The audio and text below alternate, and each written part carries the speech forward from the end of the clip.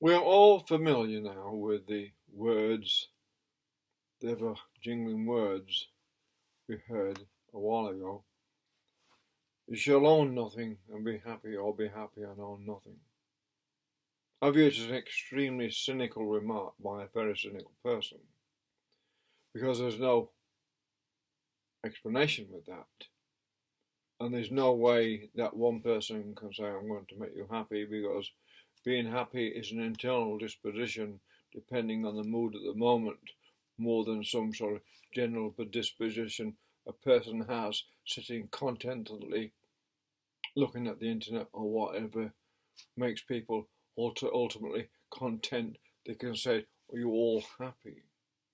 It'd be rather odd, in fact, to have a whole society where everyone's sort of happy, happy all the time. It's humanly impossible. Now I wonder about that. You can't be happy. The thing what makes people happy is people get used to the situation in. They are enslaved in Rome, got used to the situation they were in. They become content by pleasing their masters, and if they were good masters, they looked after them really well. So the contentment, but were they happy being slaves? No, they weren't, because obviously Spartacus proved that a lot of people, regardless how good they were being treated as slaves, weren't very happy and went on a sort of a civil war against Romans over that.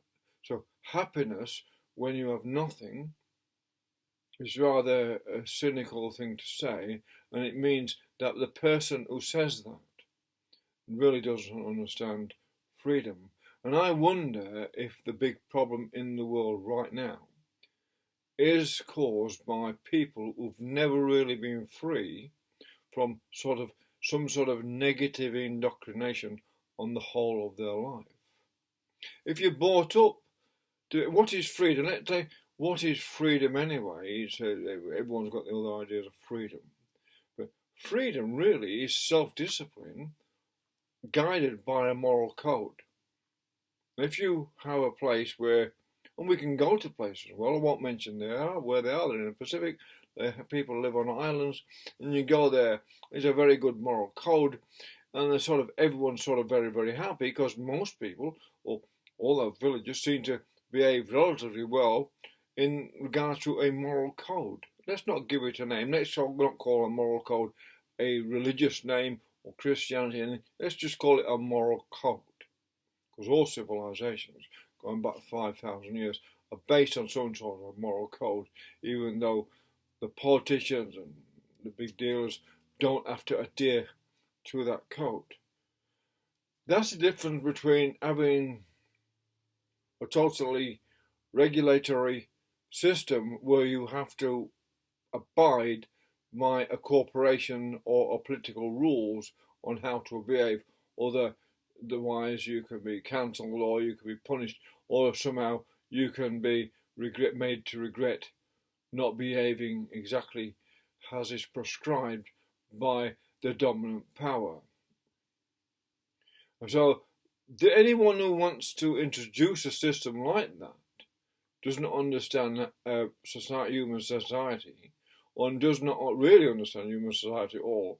And it looks like they might not actually like human society much at all either, because unless maybe they've never been free, and this is, I come back to that idea, those people, because they've never been free, and because of that, never been free, they've never really been free to think creatively, because the great leaps and bounds in social freedoms in the world, in the idea of democracy and voting for women and stuff like that, enhances the freedom, because the ideas are being expressed, although controlled and frowned upon by society at the time. Eventually, the freedom to express ideas has made people happier and more content to a point, or should have done, if a moral code was adhered to or understood by everyone. Then the lack of tension in society created by that would create far greater happiness than what wealth or possessions can actually create. Because the feeling of not having possessions and stuff like that is something what seems to be the greatest confusion amongst people. They've got to have all these possessions and get into all this debt and all that, and get imprisoned by what they want, rather than looking at their self-discipline, a sort of a moral code for yourself gives you, in the way you're health, the way you deal with other people, etc., how you conduct yourself in society. Those things allow for much happier society, whether you own anything or not. So the idea of owning things must be separated completely from the idea of happiness and life itself to make sense of the idea of you can be happy and own nothing.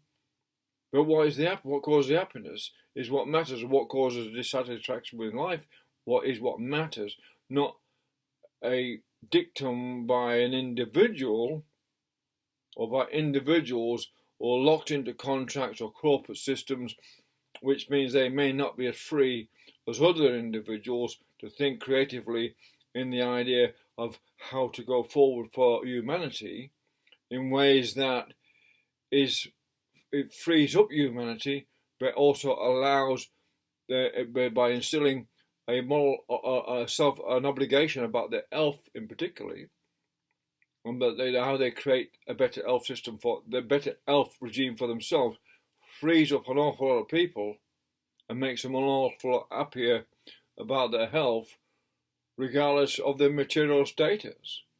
Because there's an awful lot of people now with massive material status and must be extremely concerned about their health because of all sorts of reasons. And so this idea that a person can say you could be happy and own nothing without any actual debate on this, without them articulating what that actually means in context to how it affects human society, it's an extremely cynical statement, and it needs to be looked at by themselves, to look upon themselves, to allow what they really mean and why they're really saying such a thing, and do they really understand happiness at all, or what makes them happy, what makes them happy may not be actually the greatest cause of happiness for other people. And this is something that we realise, those of us that are still free to think how we like, and YouTube gives us an opportunity to express this in non-combative forms, but in ways that we hope that allows a more enlightened discussion and debate in the world, rather than this massive amount of acrimony that seems to be flooding the world right now, caused by people who are in power. When you look at it, when you look at the people involved now, in all the massive build-up of arms and confusion, how many have ever really been free from the day they've been born, from in some kind of indoctrination or inculcation about what are regrettable things that happened in the past, and what are then gives a negative attitude towards some sectors of humanity that they carry through life. So the idea of multicultural society is not actually adhered to everyone in a way that allows really a multicultural world to live in peace. So you can see, unless these people are prepared, and the world seems to be unable at any forum, UN or whatever, to discuss things in a way that is philosophically free, if you like. They all seem to be coming from some sort of political situation rather than an altruistic and free one. And it might sound soft and weak and that to say you should have a bit of some altruism, but without that you have not got much hope for humanity at all. You've just got an agenda that really is arguably not the best agenda for humans at all, because without a moral code, so the self-discipline that it gives people, and not everyone's perfect, it's not saying we have to all live perfectly and don't drink or don't enjoy yourself. It means there are certain things, if we conduct ourselves in certain ways, our physical health most importantly, and our mental health by keeping busy and active and being creative, then we are happy anyway, no matter what status we have. The material status is really, if that's what your happiness is based on, well, you'll never ever attain happiness anyway, no matter how rich you get. Because without the spiritual connectedness then to the greater thing, whatever what it is, you may be also be caught living in a cynical view of the world that might not be healthy for the world.